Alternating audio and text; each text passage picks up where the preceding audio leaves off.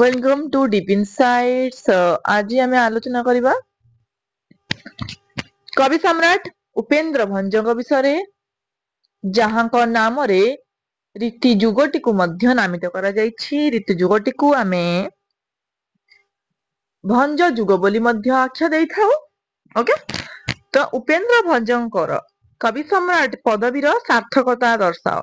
वर्तमान इसी question T को दीर्घ उत्तर मूलक प्रश्न उत्तर टी को डिस्कशन करबा जोटा कि एग्जाम पाई की बहुत ही इंपोर्टेंट अछि। नहले आमे कहि परिबा कि आ गोटे क्वेश्चन मध्य एटा कवर करबो। उपमा भंज विरस्य तसैव अर्थ गौरवम उक्तिर समीक्षा कर। एई क्वेश्चन टी मध्य एई आंसर एथरे आमे उपस्थापन करि परिबा।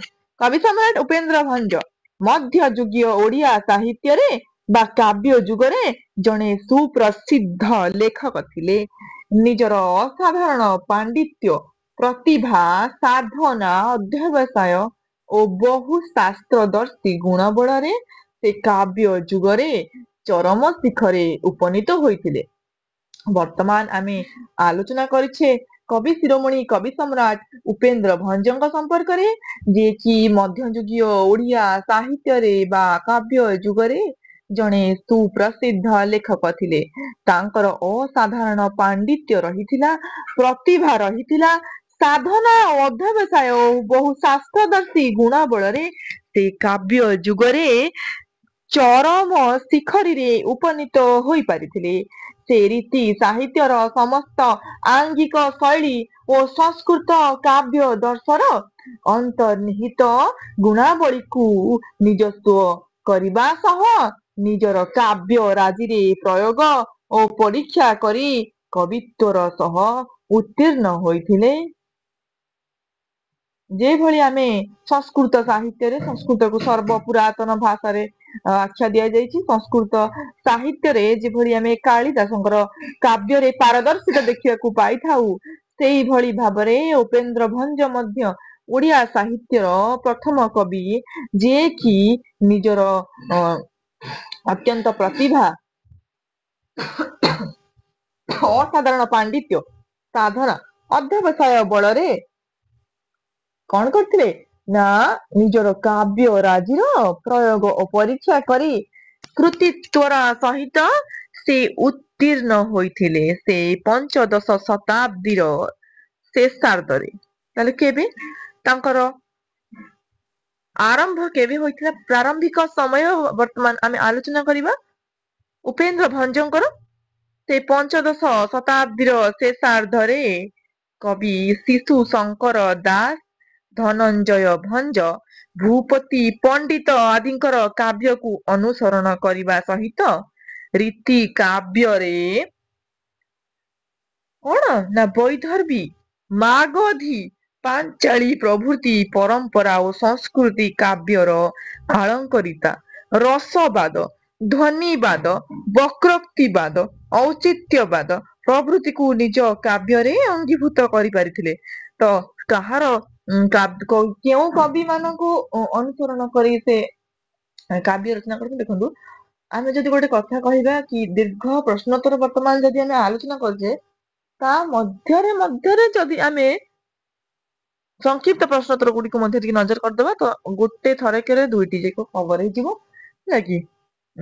तापर देखो एठी आमे आलोचना करिबा जो से पंचदश शताब्दीर शेषार्ध कथा, जो समय से क्यों कवि गुडी को अनुसरण करथिले ताहले से माने होउछथि शिशु शंकर दास, धनंजय भंज, भूपति पंडित एई भली कवि माननकु से अनुसरण करी शेषरे काव्य राजी को काव्य जुग को हैला कि निजर अंतर्निहित गुणावली द्वारा से चरम शिखरे पहुंचाई पारिथिले। से हेउछन्ति कवि सम्राट उपेन्द्र भंज, जे कि कहिबा आमे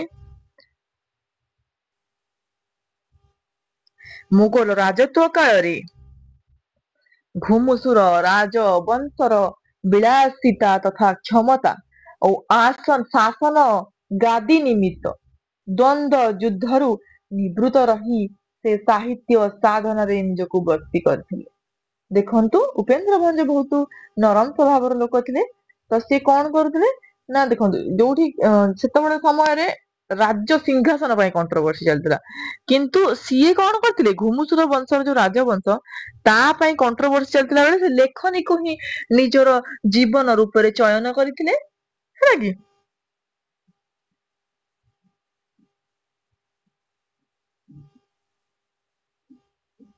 ତାହେଲେ ମନେ ରଖିବ କୋଉ ଶାସନ ସମୟରେ ଘୁମୁସୁର ରାଜବଂଶରେ କଣ ଚାଲିଥିଲା, ଦ୍ୱନ୍ଦ ଯୁଦ୍ଧ ଚାଲିଥିଲା। ମୁଗଲ ଶାସନ ସମୟରେ ବିଦ୍ୟାନୁରାଗୀ ଉପେନ୍ଦ୍ର ପିତାମହ ତଥା ପିତାଙ୍କର ତତ୍ତ୍ୱାବଧାନରେ ବାଲ୍ୟ ଶିକ୍ଷା ଶେଷ କରି ବିଦ୍ୟା ଯୁକ୍ତ ଅନୁରାଗୀ ମାନେ ବିଦ୍ୟା ପ୍ରତି ତାଙ୍କର ଅନୁରାଗ ରହିଥିଲା, ବିଦ୍ୟାକୁ ସେ ବହୁତ ଭଲ ପାଉଥିଲେ, ହେଲା କି। ତାଙ୍କର ତତ୍ତ୍ୱାବଧାନରେ ତାଙ୍କର ପିତାମହ ଏବଂ ତାଙ୍କର ପିତାଙ୍କର ତତ୍ତ୍ୱାବଧାନରେ ସେ କଣ କରିଥିଲେ ନା ବିଦ୍ୟା ଅଧ୍ୟୟନ କରିଥିଲେ।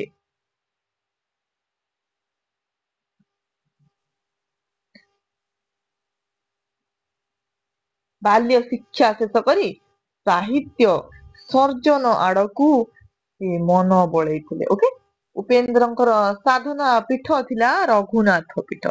ତାହେଲେ ଏଇଟା ମନେ ରଖିବ, ଉପେନ୍ଦ୍ର ଭଞ୍ଜଙ୍କର ସାଧନା ପୀଠ କେଉଁଠି ଥିଲା? ରଘୁନାଥ ପୀଠ। ଶ୍ରୀରାମ ଭକ୍ତ ଉପେନ୍ଦ୍ର ତାରକା ମନ୍ତ୍ର ସିଦ୍ଧି କରି ଅପୂର୍ବ କବିତ୍ୱ ଶକ୍ତି ଲାଭ କରିଥିଲେ ବୋଲି ଜଣାଯାଏ। ତ ରାମଙ୍କର ଭକ୍ତ ଥିଲେ ସେ। ତାରକା ମନ୍ତ୍ର ଦେଖନ୍ତୁ ଆପଣ ମାନେ ଦେଖିପାରୁଛନ୍ତି ଯୋଉ ଫଟୋଟି ଲଗା ହେଇଛି କ୍ଲାସ ବ୍ୟାକଗ୍ରାଉଣ୍ଡ ରେ, ସେଇଠି ରାମ ସୀତାଙ୍କର ମଧ୍ୟ ଫଟୋ ଲାଗିଛି। ଏଥିରେ ଆପଣ ମାନେ ଜାଣିପାରୁଥିବେ ଯୋଉ ପଟ୍ଟଚିତ୍ରଟି ରହିଛି, ତ ଏଇଥିରେ ଆପଣ ମାନେ ଜାଣିପାରୁଥିବେ କି ସେ ରାମଙ୍କୁ କିଭଳି ଆଦର୍ଶ ରୂପେ ତାଙ୍କ ଜୀବନରେ ଗ୍ରହଣ କରିଥିଲେ। ତାରକା ମନ୍ତ୍ର ପରସାଦେ ମୋହର କବି ପତାଉଦେ। ଉପେନ୍ଦ୍ର ସମସ୍ତ ପ୍ରକାରର କାବ୍ୟ ଶାସ୍ତ୍ର ଅଳଙ୍କାର ଶାସ୍ତ୍ର ରସ ଶାସ୍ତ୍ର ପ୍ରଭୃତି ଅଧ୍ୟୟନ କରିଥିଲେ। କଣ ସବୁ ଅଧ୍ୟୟନ କରିଥିଲେ? କାବ୍ୟ ଶାସ୍ତ୍ର ଅଳଙ୍କାର ଶାସ୍ତ୍ର ରସ ଶାସ୍ତ୍ର ଏଇ ସବୁ ଗୁଡିକୁ ସେ ଅଧ୍ୟୟନ କରିଥିଲେ। ତାଙ୍କ ପରି ଜଣେ ବହୁ ପାଠୀ ବହୁ ଶାସ୍ତ୍ରଦର୍ଶୀ ପଣ୍ଡିତ କବି ଓଡିଆ ସାରସ୍ୱତ ଚେତନାରେ ଦୁର୍ଲଭ।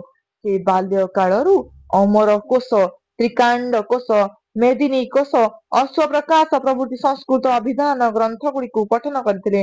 ତାଙ୍କର ଶବ୍ଦ ଓ ଅର୍ଥ ଜ୍ଞାନରେ ପ୍ରବୀଣତା ଥିବାରୁ ସେ ଲେଖି ଯାଇଛନ୍ତି, କହେ ଉପେନ୍ଦ୍ର ଭଞ୍ଜ ବୀର ମୁଁ ଲଭିଛି ଶବଦ ସମୁଦ୍ର ପାର। ଏହା ବ୍ୟତୀତ ଉପେନ୍ଦ୍ର ଭଞ୍ଜ ସମସ୍ତ ପୁରାଣ କାବ୍ୟ ନାଟକ ଅଳଙ୍କାର ଗ୍ରନ୍ଥ ଜ୍ୟୋତିଷ ଆୟୁର୍ବେଦ ଧନୁର୍ବେଦ କାମ ଶାସ୍ତ୍ର ତନ୍ତ୍ର ଦର୍ଶନ ଅଭିଧାନ ଗ୍ରନ୍ଥ ଅଧ୍ୟୟନ କରିଥିଲେ। ସେ ବିଶ୍ୱନାଥ କବିରାଜଙ୍କ ସାହିତ୍ୟ ଦର୍ପଣ ସାହିତ୍ୟ ରତ୍ନାକର କବି କଳ୍ପଲତା ପ୍ରଭୃତି ଅଳଙ୍କାର ଗ୍ରନ୍ଥ ବାମହଙ୍କର କାବ୍ୟ ସିଙ୍କାର ଦଣ୍ଡିଙ୍କର କାବ୍ୟାଦର୍ଶ ରାଜଶେଖରଙ୍କର କାବ୍ୟ ମୀମାଂସା ମମ୍ମଟଙ୍କର କାବ୍ୟ ପ୍ରକାଶ ବିଦ୍ୟାଧରଙ୍କର ଏକାବଳୀ ପଣ୍ଡିତ ଜଗନ୍ନାଥଙ୍କର ରସ ଗଙ୍ଗାଧର ଭୋଜ ରାଜଙ୍କର ସରସ୍ୱତୀ କଣ୍ଠାଭରାଣ ଅଗ୍ନି ପୁରାଣ ଶୃଙ୍ଗାର ତିଳକ ଶୃଙ୍ଗାର ପ୍ରକାଶ ଆନନ୍ଦ ବର୍ଦ୍ଧନଙ୍କର ଧ୍ୱନ୍ୟ ଆଲୋକ ଇତ୍ୟାଦି ସବୁ ଅଧ୍ୟୟନ କରିଥିଲେ।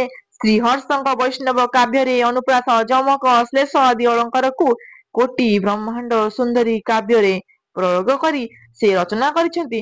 ଏ ତ ପରାକୃତ କାବ୍ୟ ଛନ୍ଦ ପ୍ରାନ୍ତ ସତ ଦୃଷ୍ଟି ଦୃଷ୍ଟାନ୍ତରେ ଏଥିରେ ଅଛି ବିଶେଷତଃ ଘେନ ନୈଷଧ ପରାଏ। ଉପେନ୍ଦ୍ର କହେ ବୁଦ୍ଧ ପ୍ରମୋଦ କରାଏ। ଓଡିଆ ରୀତି ଯୁଗ ବା ମଧ୍ୟ ଯୁଗର ସର୍ବଶ୍ରେଷ୍ଠ ପ୍ରେମିକ ରସିକ ଓ ଆଳଙ୍କରିକ କବି ହେଉଛନ୍ତି ଉପେନ୍ଦ୍ର ଭଞ୍ଜ। ଶବ୍ଦାଳଙ୍କାର ଓ ଅର୍ଥାଳଙ୍କାର ପ୍ରୟୋଗରେ ତାଙ୍କର ଦକ୍ଷତା ଅବିସମ୍ବାଦିତ। ତେଣୁ ପଣ୍ଡିତ ମୃତ୍ୟୁଞ୍ଜୟ ରଥ ସଂସ୍କୃତ ସ୍ତୁତି କରି ଲେଖିଛନ୍ତି, ଉପମା ଭଞ୍ଜ ବୀରସ୍ୟ ତସୈବ ଅର୍ଥ ଗୌରବଂ କଲ୍ଲୋଳ ପଦ ଲାଳିତ୍ୟଂ ସନ୍ତି ଚିନ୍ତାମଣି ତ୍ରୟ। ଉପେନ୍ଦ୍ର ଅଳଙ୍କାର ପ୍ରୟୋଗ ବ୍ୟତୀତ ଦତ୍ତଚ୍ୟୁତାକ୍ଷର ପଦ୍ମବଦ୍ଧ ନାଗବନ୍ଧ ରଥବନ୍ଧ ଚକ୍ରବନ୍ଧ ପ୍ରଭୃତି କାବ୍ୟବନ୍ଧ ନାରିକେଳ ଦ୍ରାକ୍ଷା ଗୁଡ଼ ପଣସ ପରି କାବ୍ୟ ପାକ ଗୋମୂତ୍ର ଛାନ୍ଦ ପ୍ରଭୃତି ସୁଚାର ରୂପେ କାବ୍ୟାବଳୀରେ ବିନିଯୋଗ କରି ଯାଇଛନ୍ତି। ତେଣୁ ସେ ଲେଖିଛନ୍ତି, ମୂର୍ତ୍ତିମନ୍ତ କରି ମୃଦୁ ଗୀତ ବିଚାରାଇ ଏଣୁ କରି ଥିବ ଅଳଙ୍କାର ଯୁକ୍ତ ହୋଇ ପଦ ସରଳ ଧ୍ୱନିରେ ମାନସ ମୋହିବ ଅର୍ଥୀ ଜନ ପ୍ରବରକୁ ଆନନ୍ଦ କରିବ ଯେ उक्त पद्यांशटी लावण्यवतीरू आसीअछि। उपेन्द्र भंज थिले जणे रसग्राही पंडित व्यक्ति। शृंगार चेत कवि भोजराजଙ୍କୁ ଶୃଙ୍ଗାର ଚେତ୍ କବି ହି କାବ୍ୟୋ ଜାତଂ ରସମୟ ଜଗତ। କଥାଟିକୁ ତାଙ୍କର ସମସ୍ତ କାବ୍ୟରେ ଅକ୍ଷରେ ଅକ୍ଷରେ ପାଳନ କରିଛନ୍ତି।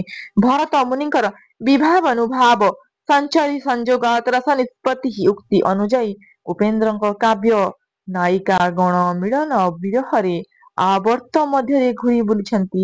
ତେଣୁ କବି ରସିକ ହରାବଳିରେ ଲେଖିଛନ୍ତି ବିଚାରଇ କରିବି ଉତ୍ତମ ଛନ୍ଦ ଗୀତ ରସସାର ଶୃଙ୍ଗାର ଯହିଁରେ ହେବ ବ୍ୟକ୍ତ ଯେ ରସିକ ହରାବଳି ଏଇଭଳି ତାଙ୍କର ରଚନା ଗୁଡିକ ଦେଖିବାକୁ ମିଳେ।